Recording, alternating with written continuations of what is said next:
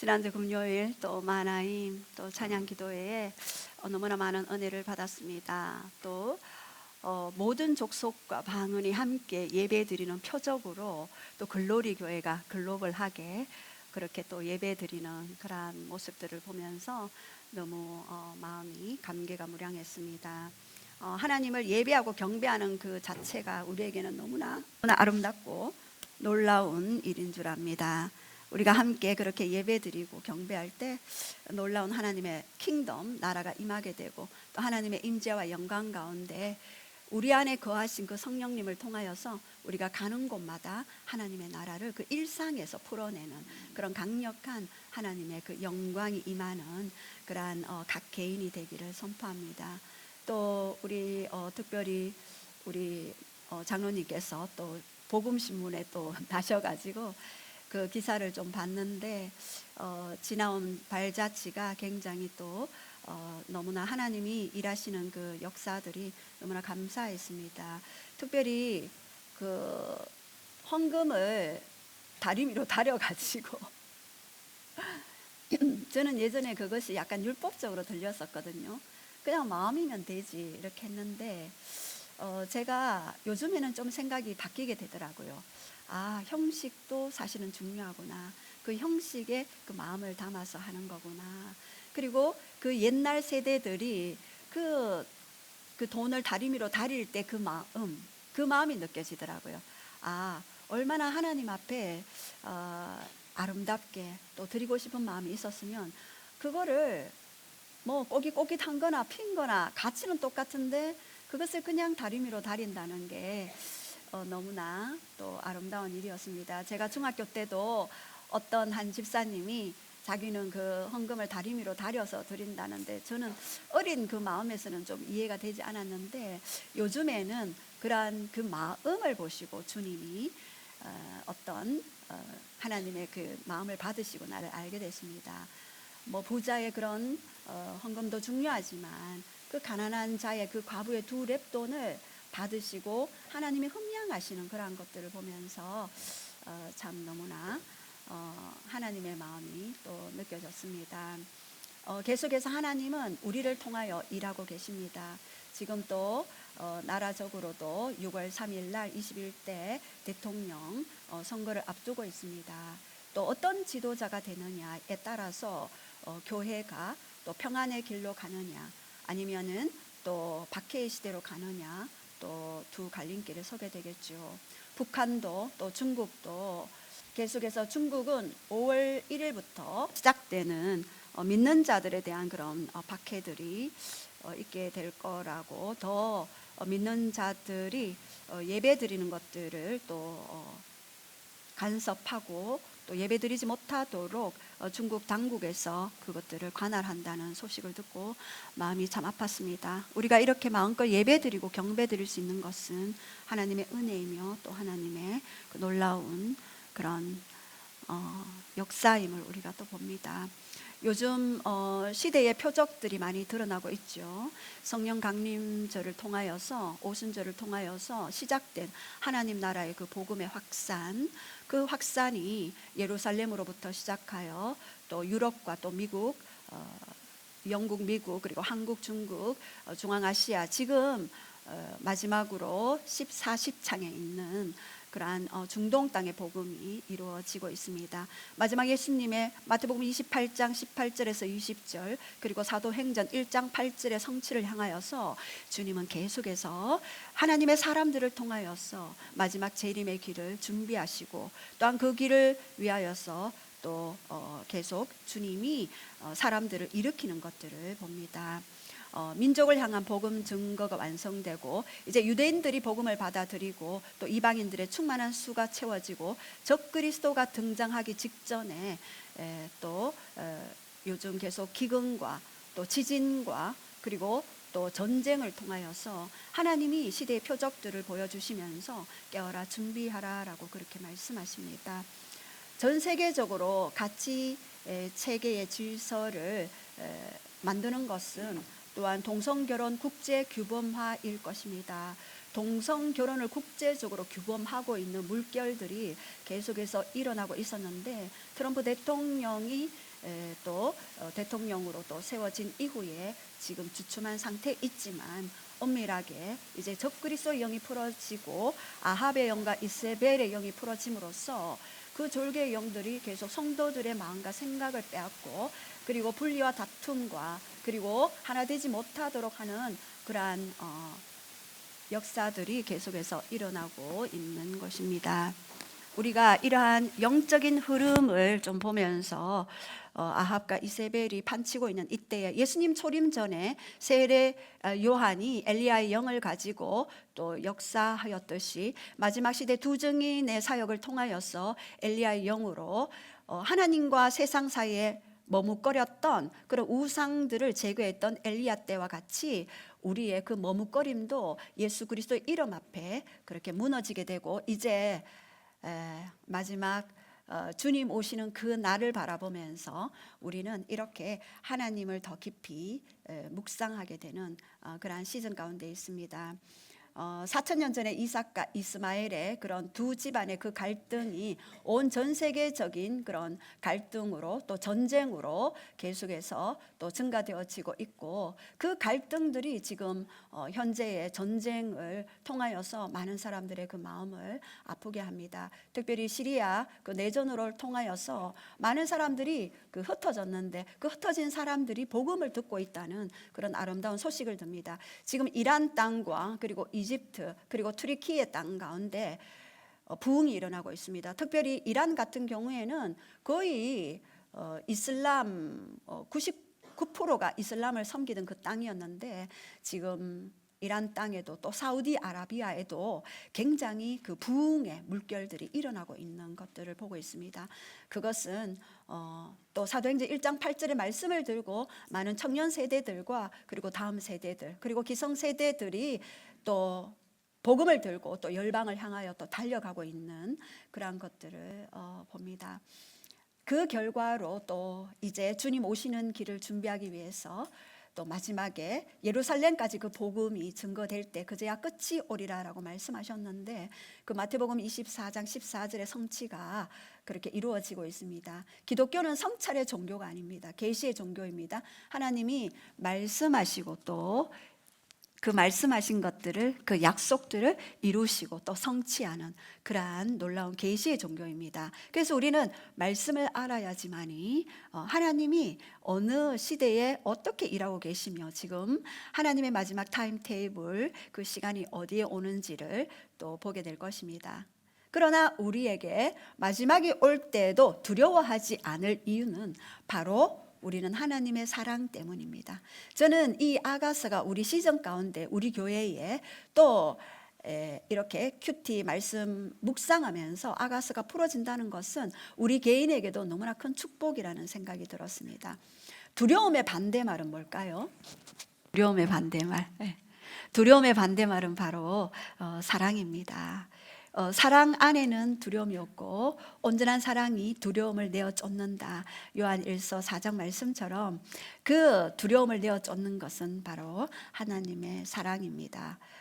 오늘도 비가 오나 눈이 오나 또 성소에서나 또 거리에서나 하나님을 예배하는 자로 우리를 세워주시고, 그리고 강력한 하나님의 사랑을 가지고 또 하나님 앞에 설 수 있다는 것은 너무나도 중요합니다. 우리의 많은 지식은 우리를 미치게 할 수 있어요.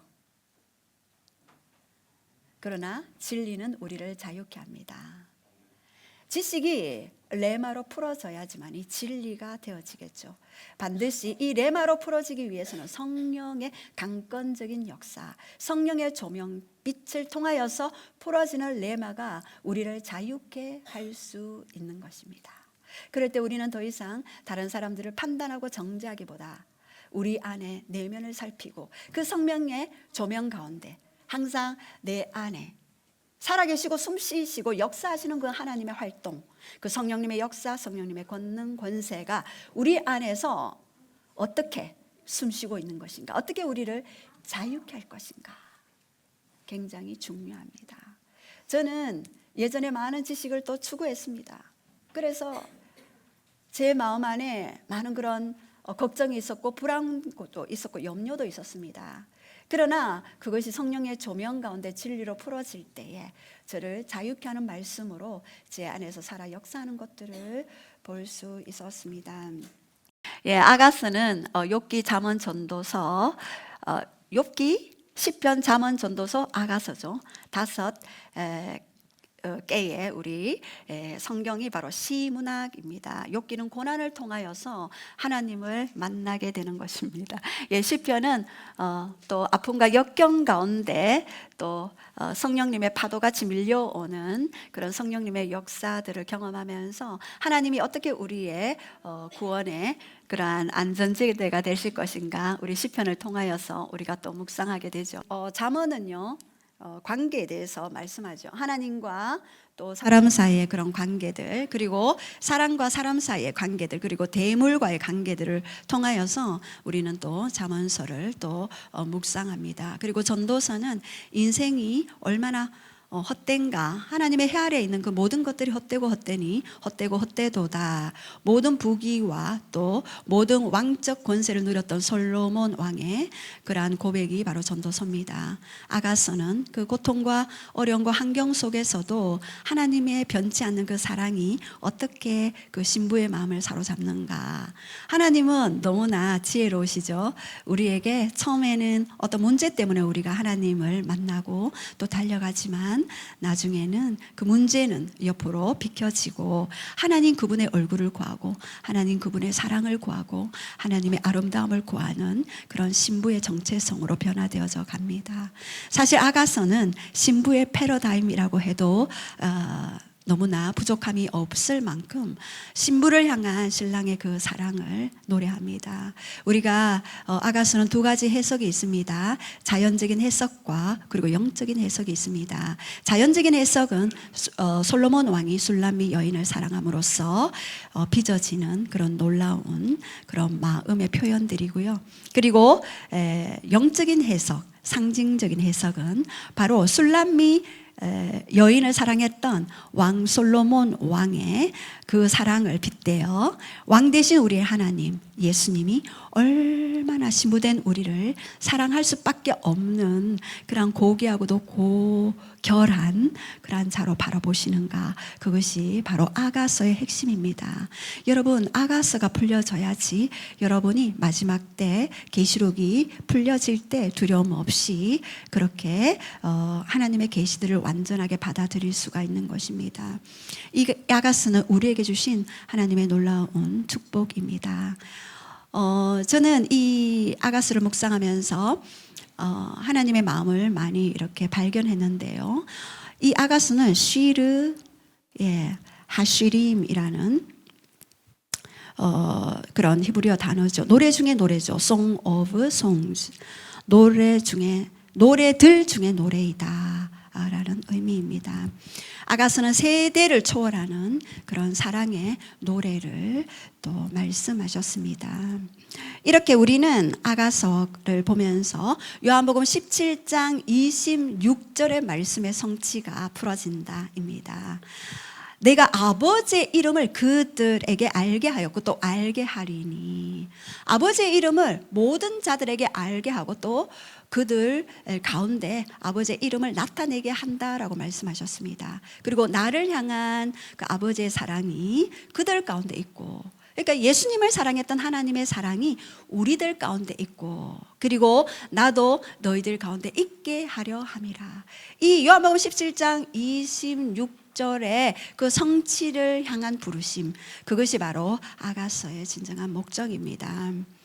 예수님을 믿는 모든 자들을 바로 주님의 신부로 우리를 부르셨습니다. 고린도서 11장 2절에 사도 바울도 정의합니다. 내가 너희를 정결한 처녀로 한 남편인 그리스도께 드리려고 중매함이로다. 사도 바울도 중매자로, 사도 바울에게 이끄는 것이 아니라 중매자로 하나님과 관계가 끊어진 그 영혼들을 이제 신부로 신랑 되신 예수님께 그들을 이양하는 그 역할, 중매쟁이의 역할을 내가 했다라고 고린도후서 11장 2절에는 사도 바울이 선언합니다. 그리고 모든 성경에는 결혼 이야기로 마무리되죠. 계시록 19장 7절에도 어린 양의 혼인 잔치를 통하여서 바로 마감이 되어지는 것들을 봅니다. 우리의 모든 삶도 하나님이 이 땅에서 일어나는 모든 삶들이 시뮬레이션으로 보여줍니다. 이 땅에 있는 모든 관계, 그리고 이 땅에 내가 행하는 모든 것들이 예언적인 표적으로 영적인 그런 그림들을 보여주고 나타내게 되는 것입니다. 그래서 저는 초창기에 신앙생활 할 때는 무조건 성령 충만하고 막 뜨거워야 된다라고 그렇게 하나님 앞에 청구했습니다. 그래서 그것을 많이 갈구하고 하나님 앞에 부르짖었죠. 근데 어느 날 하나님이 저에게 말씀해 주셨습니다. 너의 그 충만함이 삶 가운데 풀어질 때 너는 진정으로 충만한 것이다. 하늘과 땅이 그리스도 안에 연결되어 있고 통합되어져 있기 때문이다 라고 말씀하셨습니다. 그래서 저는 그때부터 겸손이 뭔지, 순종이 뭔지를 또 더 깊이 훈련받게 되었습니다. 그 훈련은 이 깊은 아가스의 사랑이 풀어지지 않고서는 그 훈련을 견딜 수가 없었습니다. 벚꽃이 이렇게 막 떨어지잖아요. 그러나 그 벚꽃이 떨어지는 것만 바라보면 우리는 낙담할 수밖에 없습니다. 그러나 떨어지는 그 벚꽃 사이로 피어나는 새순을 바라보면서 우리는 하나님의 새로운 역사들을 또 볼 수가 있겠죠. 예, 항상 하나님은 반전의 하나님이십니다. 걸림돌이 디딤돌이 되게 하시는 하나님이시죠. 바로 이렇게 이 아가서는요, 놀라운 하나님의 지성소에서 경험하는 하나님의 깊은 사랑을 우리가 또 만날 수가 있습니다. 성전 뜰에는, 바깥 뜰에는 잠언이고요, 그리고 성소는 전도서가 풀어지고요, 그리고 지성소에는 깊은 아가서가 풀어지게 되는 것입니다. 지성소를 경험한 자만이 이 아가서의 사랑이 어떠한 사랑임을 우리가 볼 수 있는 것입니다. 또 우리가 이 아가서를 통하여서 우리의 친밀함의 그 여정이 어떻게 흘러가게 되는가. 저는 제가 이 말씀 묵상하면서 많은 그런 통곡들이 있었습니다. 그냥 저는 이 한마디 한마디가 단순한 지식이 아니라 제 안에 풀어지는 하나님의 마음의 그런 초대로 우리가 그 아름다운 여정의 초대로 우리가 가게 되는데, 하나님의 그 절절한 그 사랑이 얼마나 깊고도 오묘하고, 그 사랑이 높이와 깊이와 넓이의 그 풍성하신 하나님의 사랑이 얼마나 놀랍고도 충격적인지 제가 더 많이 느끼는 그러한 시간들이었습니다. 우리 첫 번째, 하나님은 우리에게 거룩한 입맞춤을 하기를 원하십니다. 아가서 1장 2절 말씀을 우리가 함께 선포하시겠습니다. 시작. 내게 입맞추기를 원하니 내 사랑이 포도주보다 나음이로구나. 예루살렘의 딸들아, 내가 비록 거무나 아름다우니 게달의 장막 같을지라도 솔로몬의 휘장과도 같구나. 여기에 거룩한 입맞춤이 나옵니다. 네가 내게 입맞추기를 원한다. 네 사랑이 포도주보다 더 낫다라고 그렇게 이야기합니다. 예수님과 더 깊은 친밀함의 교제로 우리를 이끌죠. 여기에서 포도주는 세상의 그런 즐거움이죠. 너의 그 사랑이 세상의 즐거움보다 더 낫다. 술라미 여인의 그 고백입니다. 그리고 내게 입맞춰 주소서라고 고백합니다. 우리를 인도하시려는 하나님의 초청이죠. 저는 이 거룩한 입맞춤을 바로 말씀의 입맞춤이라고 볼 수 있습니다. 성령 안에서 풀어지는 그 모든 말씀은 바로 이런 거룩한 입맞춤입니다. 이 말씀은 영이고요, 요한복음 6장 63절에 이 말씀이 어떻게 풀어지는가, 영적인 활동들이 실제로 이 땅 가운데 풀어지는 것들을 볼 수가 있는 것입니다. 우리가 요한복음 1장 1절에도 태초에 말씀이 계시니라, 이 말씀이 하나님과 함께 계셨고 이 말씀이 곧 하나님이다. 말씀 이꼬르 하나님, 하나님 이꼬르 또 말씀이라고 했습니다. 그리고 2절에를 보면은 그가 하나님과 함께 계셨으니, 여기에서 그는 히입니다. 그 He는 누굽니까? 예수님이죠. 이 말씀이 하나님이셨고 이 말씀이신 이 하나님이 곧 그 He, 인격인 예수님이시다. 말씀은 하나님, 하나님은 인격이십니다. 그리고 3절에 보면은 모든 지은 것이 하나님 없이는 된 것이 없다. 그래서 모든 말씀은 창조에 관여하셨고 이 인격이신 그 예수님은 창조 이전에 선재하셨다. 함께 하셨다입니다. 그래서 이 예수님은 말씀이시고 말씀이신 이 예수님은 영으로 우리 가운데 오신 것이 오순절의 사건이지요. 바로 이렇게 요한복음을 1장 1절에서부터 보면은요, in the beginning부터 시작해서 이렇게 보면은 말씀과 함께 계신 그 예수님이 육신으로 우리 가운데 인격으로 오셨고 그 육신이신 예수님이 곧 말씀이셨고 그 말씀이신 예수님이 창조 사역에 관여하셔서 오늘도 역사하신다라고 됩니다. 그리고 4절에 그 안에 생명이 있었으니 이 생명은 사람들의 빛이다. 이 말씀이 생명이래요. 그래서 내 말이 영이고 생명이다. 사람들의 빛 가운데 그 생명이신 예수 그리스도가 들어가셔서 역사하십니다. 그래서 우리가 사람을 볼 때는 그 생명 대신 예수님을 볼 수 있어야 하는 것입니다. 빛이 어둠에 빛이 돼 어둠이 깨닫지 못하더라. 여러분, 빛이신 예수님이 왔지만 어둠이 깨닫지 못해요. 저는 어제도 오래된 친구와 통화를 하면서 그 친구를 붙들고 제가 울었어요. 너무나 그 친구에게 그 예수님의 그 사랑을 전하는데 제 안에 깊은 그 긍휼이 올라왔습니다. 그렇게 자기는 하나님의 신을 받지 아니하고 다른 신을 받았는데 너무나 삶이 고통스러웠대요. 온갖 악한 영들이 머리 잘린 귀신, 머리 풀고 피 흘리는 귀신이 자기에게 달려들어서 막 어떨 때는 눈 바로 앞에 이렇게 나타나서 자기를 괴롭히는 것들을 봤다고 합니다. 그래서 제가 예수님에 대해서 설명하면서 그리고 성령님에 대해서 또 설명하면서 그렇게 또 복음을 또 나누었습니다. 그 친구는 이러한 영적인 세계에 대해서 무지함으로 말미암아 잘못된 신을 받게 되었죠. 이렇게 말씀으로 오신 예수님이 우리에게 에스겔서 3장 1절에는요 말씀이 우리 입에 들어올 때는요 말씀이 달콤해요. 그러나 그 배에는 쓰도다라고 말씀하셨습니다. 이 말씀이 내 안에서 부딪히죠. 왜요? 영과 육이 부딪히게 됩니다. 말씀이 들어올 때에 사랑하라, 순종하라, 섬기라 이러면은요 내 안에 이 부딪힘이 옛자와 그리고 영과의 부딪힘이 일어납니다. 그러나 우리는 영체입니다. 육이 아니라 영체이고 이 영체가 곧 실제입니다. 영원한 세계에서 어떻게 살 것인가 바로 우리는 영적인 존재라는 것이 되겠죠. 그래서 이 아가스의 입맞춤 나삭은요 입맞추다 접촉하다입니다. 말씀에 접촉하는 것이 바로 입맞춤이고요. 바로 이 접촉은 바로 접근 바이가시를 얘기하고 있습니다. 여러분, 이 말씀이 우리 안에 풀어질 때 우리는 말씀 안에 접근합니다. 이 접근은 뭐냐 하면요 바로 그 고센이 바로 접근함이라는 뜻입니다. 이스라엘 백성들이 애굽에 내려갔을 때에 고센 땅과 애굽 땅을 구별했죠.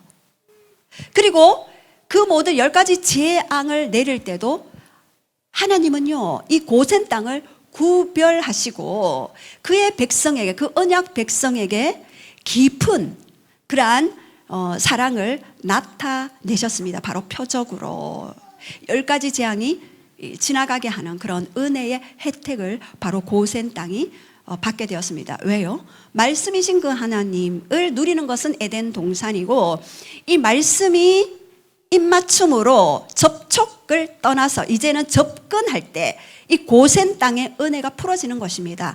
마지막 시대에도 이 성령님과 함께하는 자들은 고센의 은혜 혜택을 입게 될 것입니다. 이 고센 땅에 풀어지는 역사는요 놀라운 것입니다. 이 고센 땅에서 한 민족이 형성이 되어지고 이제 출애굽의 놀라운 하나님의 새로운 역사들을 일으키게 되는 것입니다.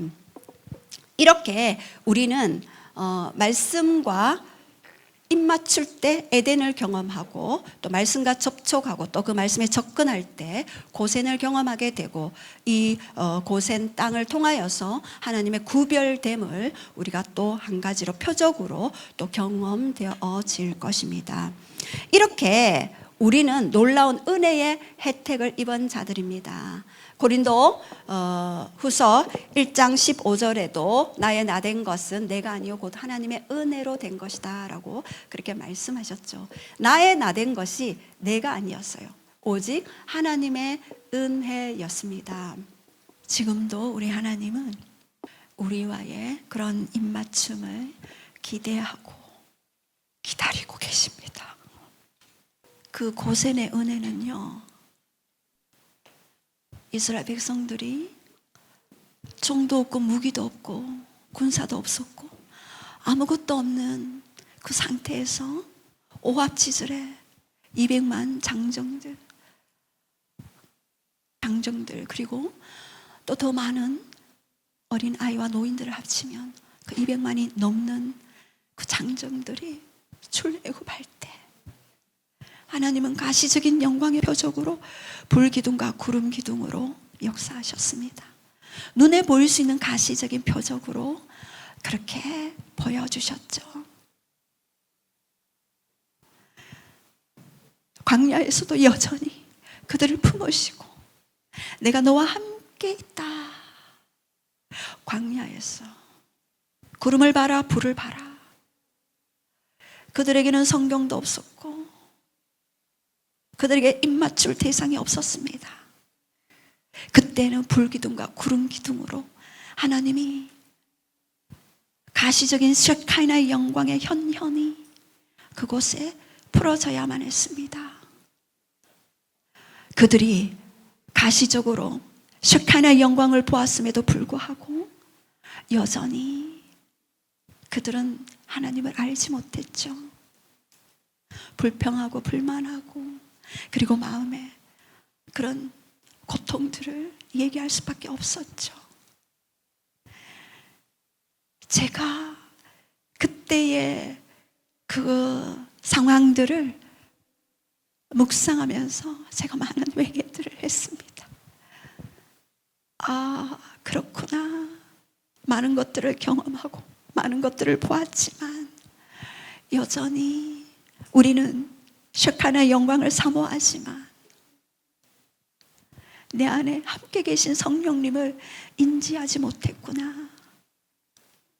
그 거룩한 입맞춤에 반응하여 우리는 날마다 그분의 애타하시는 그 사랑 안에 날마다 더 들어가는 우리들이 되기를 원합니다. 아가서 1장 5절은요 은혜의 역설입니다. 내가 검으나 내가 비록 검으나 아름답다. 이 검다는 말은요 바로 게달의 장막 같다. 이 게달은 이스마엘의 12아들 중에 두 번째 아들 게달. 그들은 아라비아로 다니면서 유목 생활을 했습니다. 그래서 동물의 꾸들꾸들하고 그런 이러한 것들로 그 가죽으로 장막을 치고 살았습니다. 그래서 이 여인은 이야기합니다. 내가 내 자신을 바라볼 때 내가 검다. 그런데 어떻게 솔로몬 왕이시 어떻게 나를 아름답게 보시나이까. 게달의 장막 같을지라도 솔로몬의 휘장. 여기 휘장은 성소의 외소와 내소를 가르는 휘장이죠. 흰색실, 홍색실, 자색실로 아름답게 수놓은 그런 휘장입니다. 그 휘장에 흰색은 순결, 홍색은 보혈, 자색은 왕 대신 예수 그리스도. 너는 보혈 때문에 순결해졌고 보혈 때문에 정결해졌고 보혈 때문에 왕의 찬란한 권세로 이 땅을 살아갈 수가 있다 라고 하는 솔로몬의 휘장 보다도 더 아름답게 바라보시는 하나님의 눈은 도대체 미친 사랑이 아니고서는 어떻게 햇볕에 걸린 거무직직한 한 여인을 볼품도 없고 어떻게 사랑할 수 있는가? 우리는 어떤 커플을 보았습니다. 그 여인은 너무나 육적으로 볼품이 없었어요. 육신적으로 보면은 아무것도 볼품 없는 여인을 너무나 사랑하는 한 남자를 보았습니다. 그래서 제가 그때 너무 충격이었습니다. 저 여자는 돈이 많은가? 좋은 차를 타고 다니는가? 뭔가 선물 공세를 많이 해줬던가? 다이아몬드 반지를 사줬을까? 근데 아니었어요. 그녀는 아무것도 가진 게 없었어요. 근데 너무나 학교 하면 학교 태워주고 집 가면 집에 태워주고 완전히 그렇게 옆에서 같이 함께하는 그 시간들을 보면서 충격 아닌 충격을 받았습니다. 그러면서 저 사람을 통하여 하나님의 사랑, 예수님의 사랑을 나타내는구나. 그래서 제가 물었어요. 그 여자분에게 어떻게 만났습니까? 자기는 처녀 때 그 배우자를 위한 기도를 짱짱하게 했습니다. 자기만 사랑해주고 한눈 팔지 않는 사람을 만나게 해달라고 짱짱하게 기도했습니다. 이러시는 거예요. 그래요? 그래서 제가 신학교에 갔어요. 근데 모든 사람들의 99.9%가 아가씨 때 기도를 배우자 기도를 많이 한 사람들은 너무나 좋은 신랑감을 만나더라고요. 또 신부감을 만나더라고요. 여기 결혼하지 않으신 분들 도전 받으시기 바랍니다. 이야, 기도하는 대로 되는구나. 기도하는 대로 되는구나. 여기에 기도 받으신 우리 아가씨들 지금은 너무나 좋은 신랑을 만나서 잘 살고 계시죠. 제가 이런 육적인 그런 관계들을 보면서 영적인 그런 그림들을 봅니다.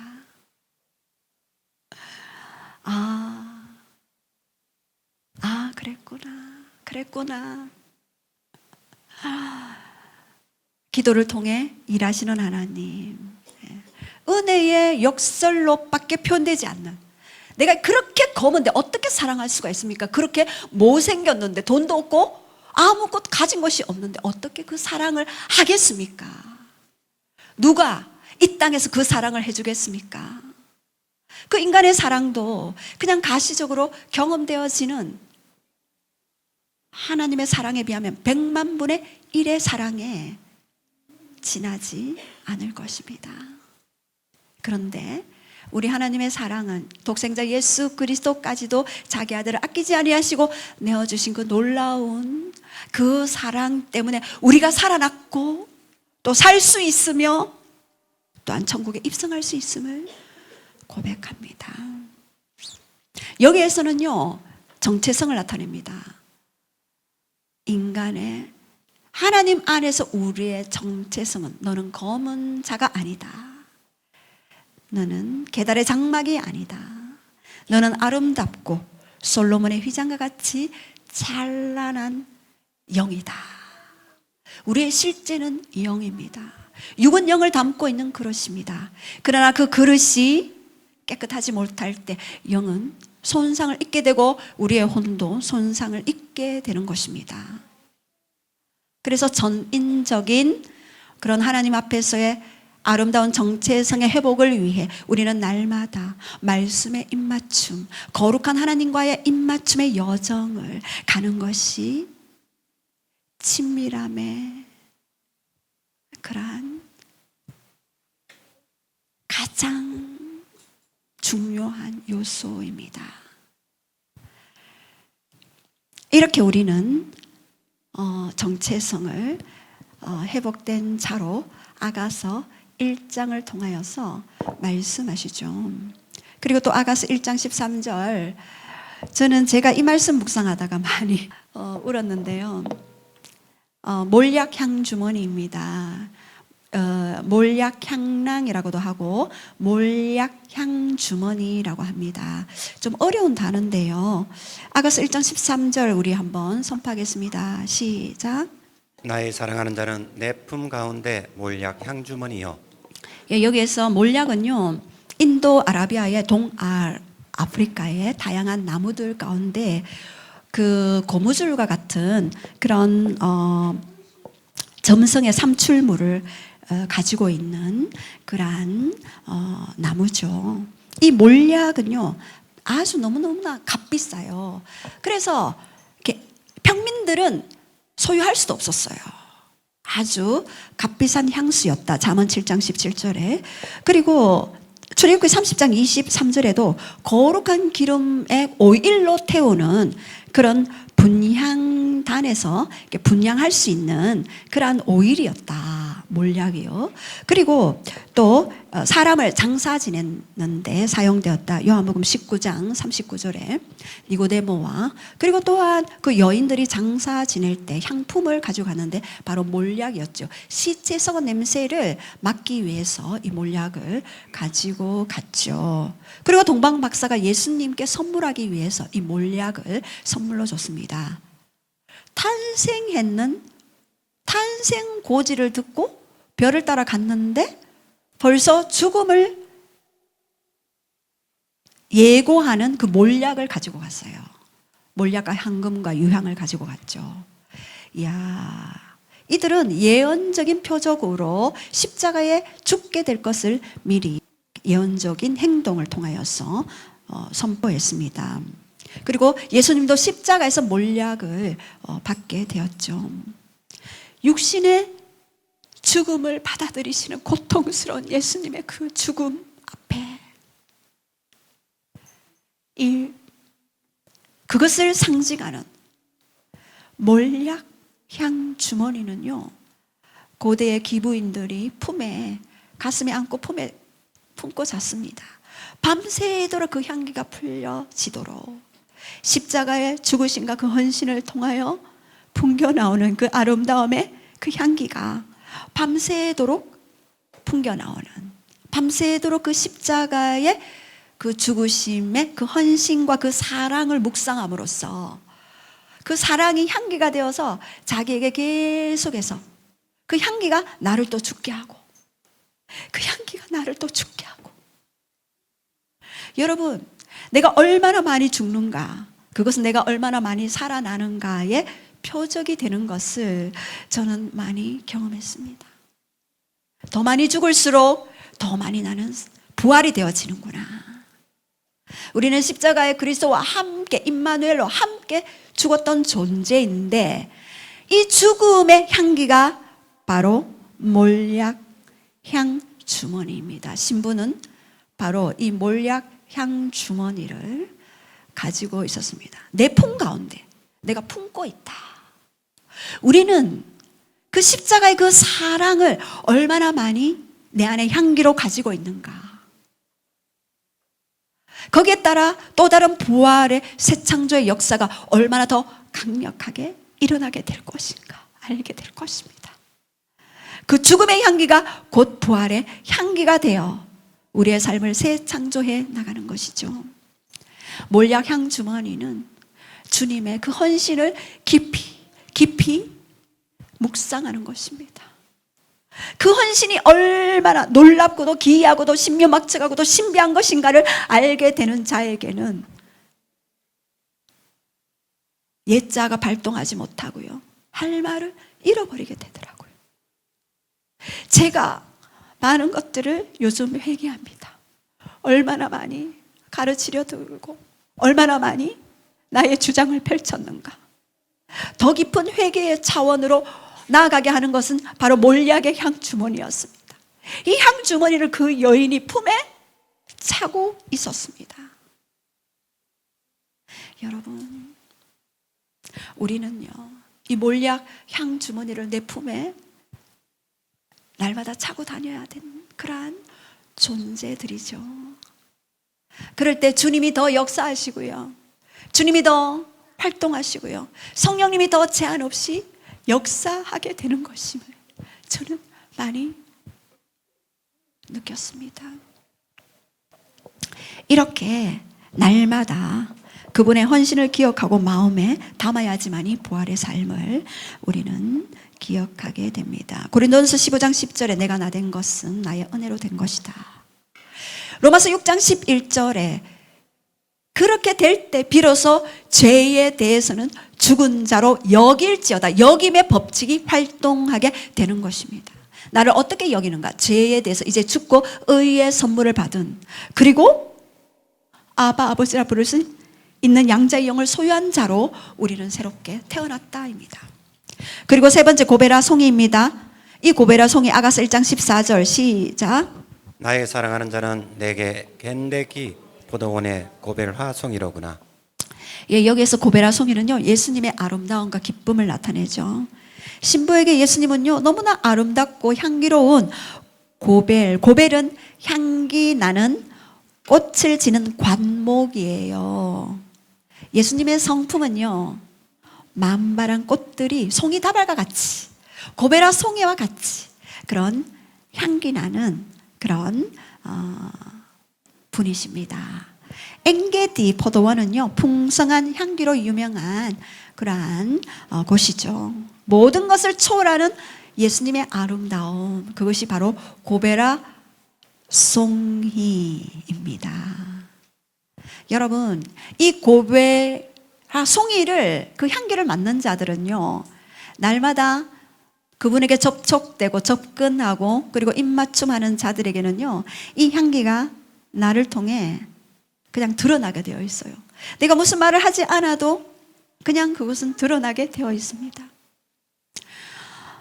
고린도후서 2장 14절 16절에 항상 우리를 그리스도 안에서 이기게 하시고 우리로 말미암아 각처에 그리스도를 아는 향기를, 냄새를 아는 나타내시는 하나님께 감사하노라. 각처에서, 우리 기도 속에서 우리가 나오셨지만 각처, 일터에서도, 가정에서 그리스도를 아는 냄새를 나타내는 자. 우리는 구원을 얻은 자들에게나 망한 자들에게 그리스도의 향기니. 어떤 사람에게는 사망을 쫓아 사망의 냄새에 이르게 하고 어떤 사람에게는 생명에 이르러 생명의 냄새를 이르게 하느니라. 제가 몇 년 전에 어떤 분을 상담을 한 적이 있어요. 그분이 그 얘기를 해요. 목사님, 나는 여기서 너무너무 견디기 힘들어요. 그 일터에서 내가 그만두고 싶어요. 근데 3개월 더 해달라 하네요. 어떻게 할까요? 상담이 왔어요. 그래서 다음 스텝에 대한 준비가 있냐? 없대요. 없다면 그분이 부탁하는 대로 3개월 더 있고, 제가 이 말씀을 얘기했어요. 항상 우리를 그리스도 안에 이기게 하시고 우리로 말미암아 각처에서 그리스도의 향기를 나타내는 자. 향기를 나타내는 자는 이김의 기름 부음을 풀어낼 수 있는 것입니다.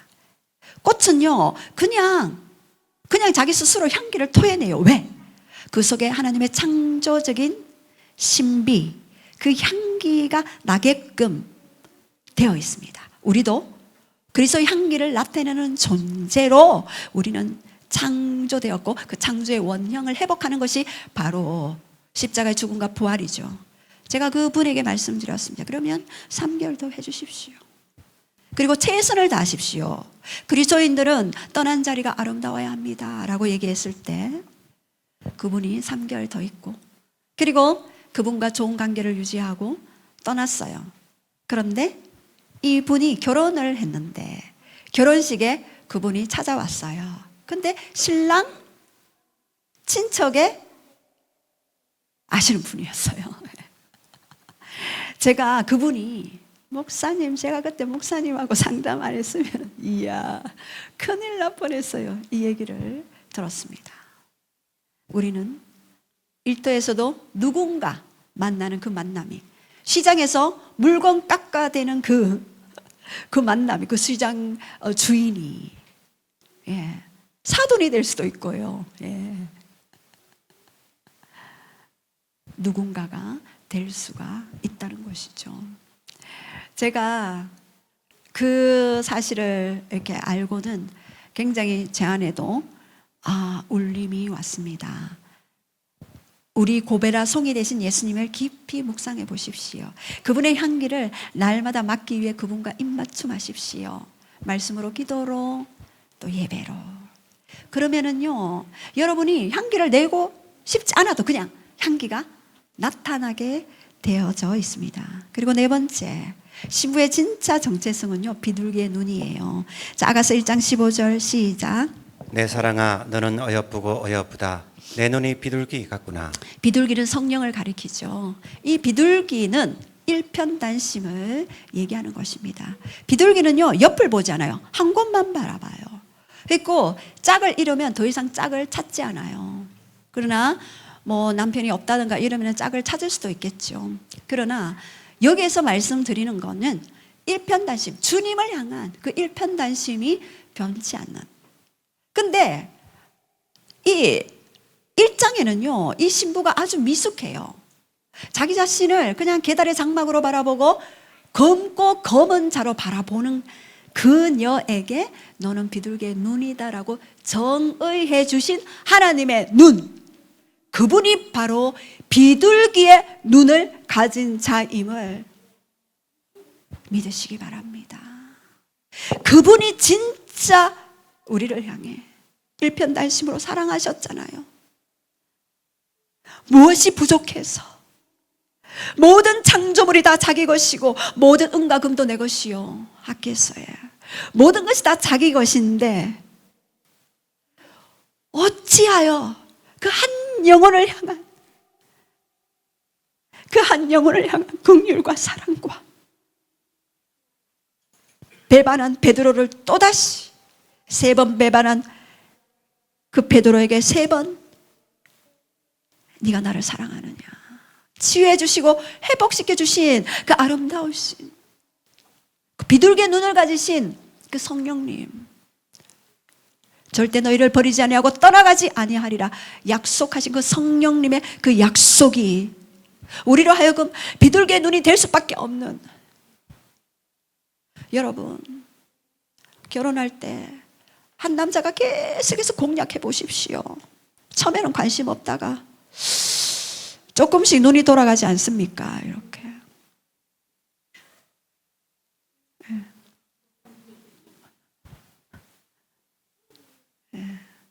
계속 3개월 동안 떠나 있다가 다시 공략하셨다면서요.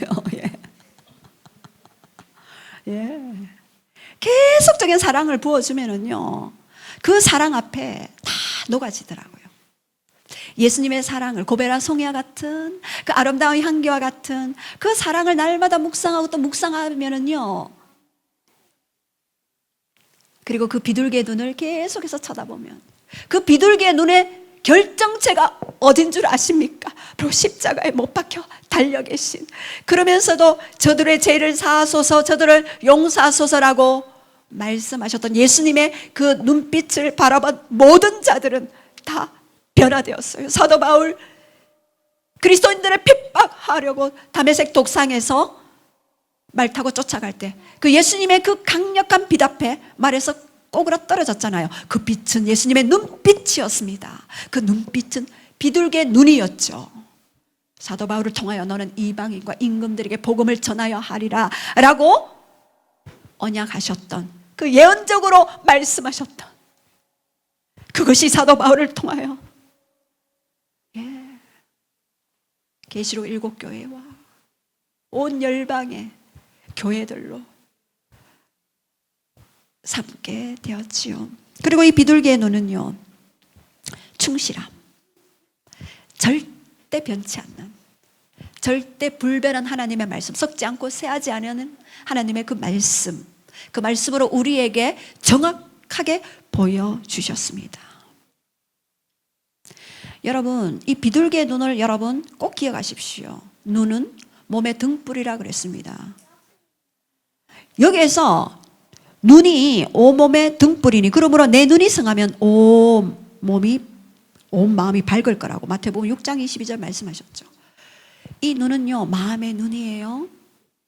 에베소서 1장 17절에 너의 마음의 눈을 밝혀 부르심의 소망이 무엇이며 마음의 눈이 밝혀지는 놀라움. 마음이 청결한 자가 하나님을 볼 수 있는 눈을 가지게 돼요. 마음이 청결해야지만 하나님을 볼 수 있다라고 마태복음 5장에 분명히 말씀하셨습니다. 그 마음의 눈은요, 바로 비둘기의 눈 대신 예수 그리스도 그분을 만날 때 우리는 비둘기의 눈으로 성화되어져 갈 수 있는 것입니다. 이제 마지막으로 함께 가자. 치밀함의 여정으로 우리를 초대하십니다. 아가서 2장 10절에서 14절 말씀 우리 한번 큰 소리로 선포하시겠습니다. 시작. 나의 사랑하는 자가 내게 말하여 이르기를 나의 사랑 내 어여쁜 자야 일어나서 함께 가자. 겨울도 지나고 비도 그쳤고 지면에는 꽃이 피고 새가 노래할 때가 이르렀을 때 비둘기의 소리가 우리 땅에 들리는구나. 무화과 나무에는 푸른 열매가 익었고 포도나무는 꽃을 피워 향기를 토하는구나. 나의 사랑 나의 어여쁜 자야 일어나서 함께 가자. 바위 틈 낭떠러지 은밀한 곳에 있는 나의 비둘기야, 내가 내 얼굴을 보게 하라.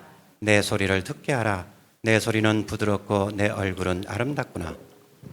예, 이제 오늘 초청하십니다. 나의 사랑 나의 어여쁜 자야 일어나서 함께 가자라고 우리에게 초청하십니다. 겨울이 지났다. 이제 우리 영적인 계절 시즌이 바뀌고 있습니다. 겨울에 얼었던 모든 것들이 풀어지고 있습니다.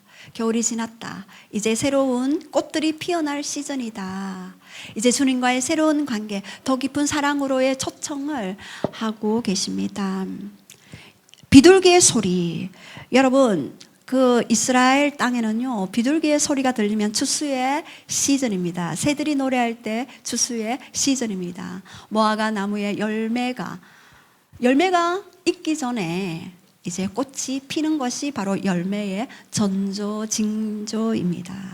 우리가 이제 영적인 그런 시즌들이 계속해서 시대적으로 그리고 또 우리의 가문적으로 또 우리의 개인 안에 영적인 변화의 시즌들을 거치고 있습니다. 여러분, 죽음의 그런 겨울과 같은 고난을 지나고 있습니까? 이제 우리에게 초청하십니다.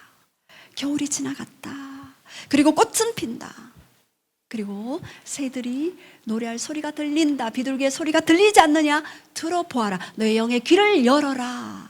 말씀하십니다. 무화과 나무에 푸른 열매가 맺혔고 포도나무에 꽃들이 피었고 이제 향기를 토할 때가 되었다. 그것을 영으로 보라. 그리고 그것을 취하라. 우리의 영적인 계절은 새로운 계절로 진입하게 되실 것입니다. 더 깊은 주님의 사랑 안으로 들어가게 되실 것입니다. 더 깊은 놀라운 주님 속으로, 그분의 눈동자 속으로 여러분들은 들어가게 되실 것입니다.